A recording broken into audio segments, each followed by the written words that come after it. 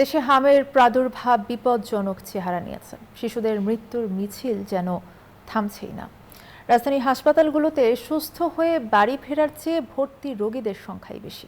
ঘনবসতিপূর্ণ এলাকা হওয়ায় সবচেয়ে বেশি রোগী শনাক্ত হচ্ছে ঢাকায়।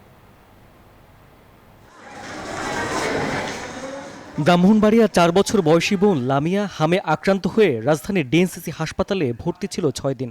হাম ছোঁয়াচে রেহাই দেয়নি একই ঘরের কনিষ্ঠ সন্তান ১৪ মাস বয়সী তাওসিমকেও। বড় বোন হাসপাতাল থেকে ছাড়পত্র পেলেও তার জায়গায় তাওসিমের ঠিকানা এখন ডিএনসিসির আইসোলেশন ওয়ার্ডে।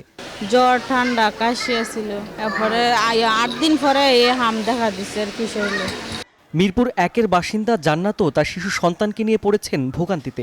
ঢাকার একাধিক হাসপাতালে ঘুরে জায়গা না পেয়ে শেষে ভর্তি হয় মহাখালীর এই হাম ডেডিকেটেড হাসপাতালে। পৃথিবীর জটিল সব সমীকরণ বুঝে ওঠার আগেই ক্যানুলা হাতে মায়ের কোলে কাতর শিশু মাহাদি ইসলাম। হাম টেস্ট দিছে, হ্যাঁ হাম হয়েছে, একটু ভালো, আগে অনেক খারাপ ছিল, চোখ দিয়ে তাকানো যাইতো না, মুখের ভিতরে আসছিল, এখন এসে একটু কম, চোখ দিয়ে তাকাইতে পারতেছে।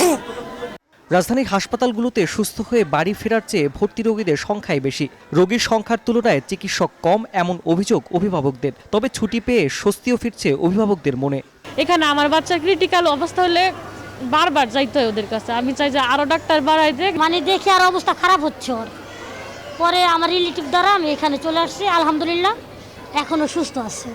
চিকিৎসা সেবা বাড়াতে জনবল বাড়ানো হচ্ছে ডিএনসিসিতে। চিকিৎসকরা বলছেন টিকা নেওয়া শিশুদের হাম প্রতিরোধ ক্ষমতা কার্যকর হতে সময় লাগবে। যারা অপুষ্ট আক্রান্ত তারা তো অবশ্যই তাদের মিজেলসে আক্রান্ত হওয়ার রেটটা বেশি হবে, এবং শুধু তাই না, তারা যদি মিজেলসে আক্রান্ত হয়ে থাকে তাদের মধ্যে যে কমপ্লিকেশনগুলো যেটা বলছে নিউমোনিয়া, ডায়রিয়া বা এনকেফালাইটিস, সেগুলো আক্রান্ত হওয়ার সম্ভাবনা বেশি হবে, এটার কোনো সন্দেহ নেই।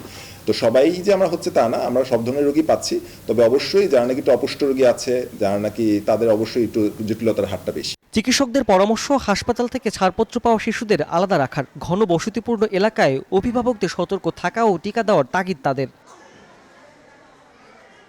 রাশেদ জায়খান, নিউজ 24, ঢাকা।